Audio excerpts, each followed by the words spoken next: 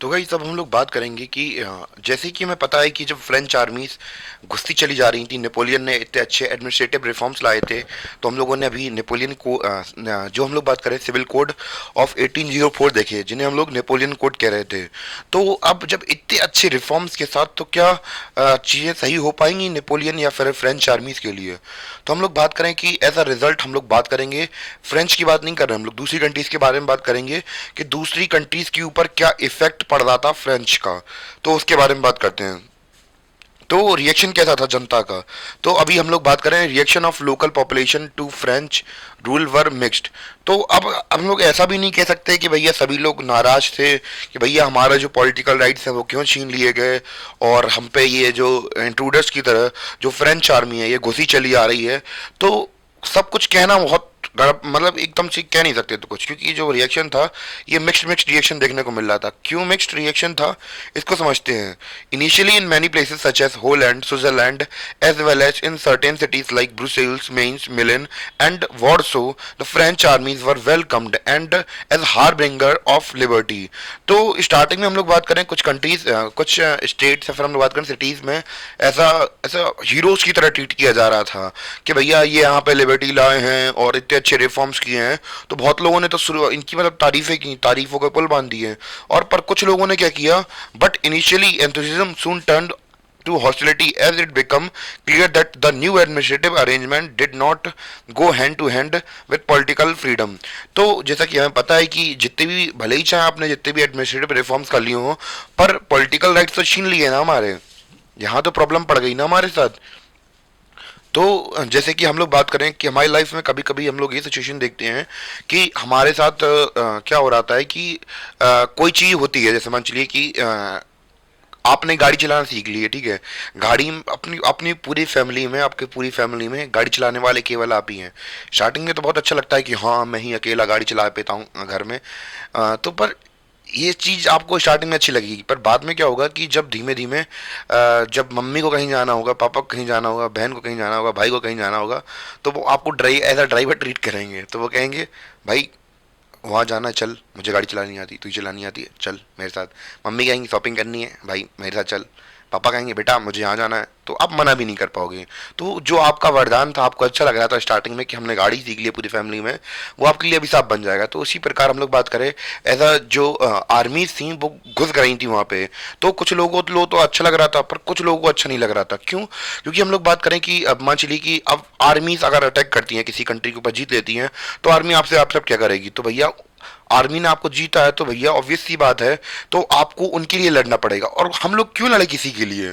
तो ऑब्वियसली बात है कि अगर आपको किसी के खिलाफ लड़ा दिया जाए तो आप कहेंगे कि हम क्यों लड़ें। तो अगर आर्मी में कोई भर्ती होता है तो भैया देश के लिए जज्बा होता है कि हाँ हमें अपने देश के लिए कुछ करना है।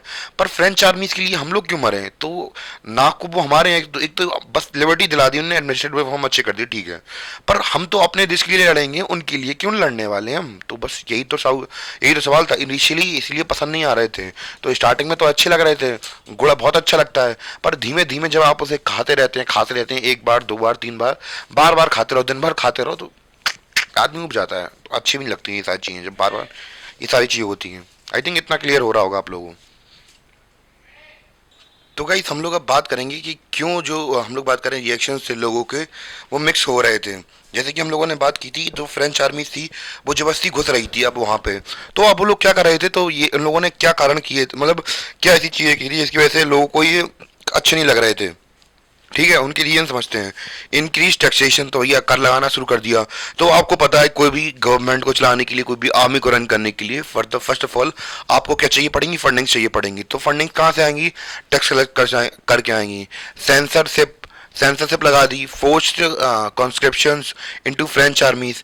तो सेंसरशिप मतलब होता है किसी चीज़ पर रोक लगा देना, जैसे कि हम लोग बात करें बुराई नहीं कर सकते, और अलग अलग चीज़ों से सेंसरशिप लगाई जाती है। और हम लोग बात करें कि ज़बरदस्ती आर्मी में भरा जा रहा था। जैसे कि हम लोग बात करें कि मैंने अभी थोड़ी देर पहले आपको बताया था कि अगर हम लोग किसी भी अपनी इंडियन आर्मी के लिए भी अगर भर्ती होते हैं, तो फिर अंदर से एक पहले तो पैसे तो एक सेकेंडरी चीज़ होते हैं। प्राइमरी इंटेंशन क्या होती है? अपने देश के लिए सर्व करना है, कि अपने देश के लिए कुछ करना चाहते हैं हम लोग। तो पहली हमारी मतलब उम्मीद यही होती है कि अपने देश के लिए कुछ करना है। इसलिए हम लोग बात करें कि पहला काम क्या होता है कि अपने देश के लिए कुछ करना है, इसलिए हम लोग आर्मी के अंदर सेलेक्ट होते हैं। पर ये लोग जबरदस्ती भरवा रहे हैं, क्योंकि अगर हम लोग बात करें कि सेंस ऑफ बिलोंगिंग कैसे आएगी, कि भैया अगर हम लोग बात करें कोई पर्सन इंडिविजुअल होगा, जैसे मान चलिए कि दूसरे कंट्री का इंडिविजुअल है, तो वो हमारी कंट्री की आर्मी के लिए क्यों मतलब लड़ेगा, भले ही हमारी कंट्री को उसने हरा दिया हो, पर no I just don't do this. ठीक है, तो फिर ये वाला सीन हो जाता है। तो जबरदस्ती आर्मी में रिक्रूटमेंट हो रही थी, conquer the rest of Europe. क्यों अब भैया आर्मी इसको क्यों, तो भैया ये लोग कह रहे थे कि भैया फ्रेंच आर्मी को हम लोगों ने स्ट्रांग बनाना है, तो फिर आप लोग जल्दी भर्ती हो जाइए। क्यों भर्ती हो जाइए, क्योंकि ये जो आइडिया है वो हमें पूरे यूरोप में फैलाना है, तो पूरे यूरोप को हम लोग जीतेंगे। तो अब इस जे इनका नया उद्देश्य बन गया था यूरोप को जीतना, तो फिर all seemed outweigh the advantage of administrative reform, administrative changes. तो भले ही हम लोग बात करें एडमिनिस्ट्रेटिव चेंजेस तो हुए थे, पर अब ये उस चीज़ों से ज़्यादा चीज़ें मांग रहे थे, एक तरीके से ये समझ लीजिए। अब कोई मतलब नहीं बन रहा था इनके एडमिनिस्ट्रेटिव चेंजेस का, क्योंकि भैया अब हमें नहीं लड़ना है, जबरदस्ती मैं इतना ज़्यादा क्यों कर रहा हूँ। मतलब वही है कि भैया जैसे मान चलिए कि आप हो और आप ट्रेन में जा रहे हो, ठीक है, ट्रेन में जा रहे हो, किसी ने आपको 5 रुपए दे दिए, आपको मतलब कुछ खरीदना था, तो उसने कहा भाई 5 रुपए दे देना, मतलब आपको भूख लग रही थी, तो आपने 5 रुपए मतलब उससे लेके उसे दे दिए और आपने समोसा खा लिए, ठीक है। अब बाद में क्या हुआ कि भैया अब बाद में आया टीटी आया, ठीक है। अब वो बंदे ने टिकट नहीं लिया था, अब भैया आप क्या करेंगे, वो कहेगा भाई यार हेल्प कर दे। अब भैया आपके 5 रुपए के चक्कर में आपका 500 रुपए का चालान चेक कट जाएगा। अब वो कहेगा भैया थोड़ा पैसे थोड़ा बात कर ले यार, कह दो हम आपके साथ हैं, टिकट नहीं ले पाए। तो बस वही है कि कुछ चीज़ों का कभी गलत फ़ायदा नहीं उठाना चाहिए।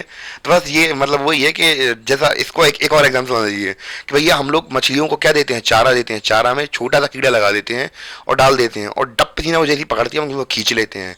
तो अब हम लोग छोटे सा चेंज दे के बड़ी चीज़ ले लेते हैं, तो भैया मछली का काम जनता का हो गया, समझ लो कि भैया इनने तो हमें तनक से रिफॉर्म दी और पूरी हमारी जो राइट टू पॉलिटिकल राइट्स हमारे वो छीन लिए इन्होंने ऐसे करके।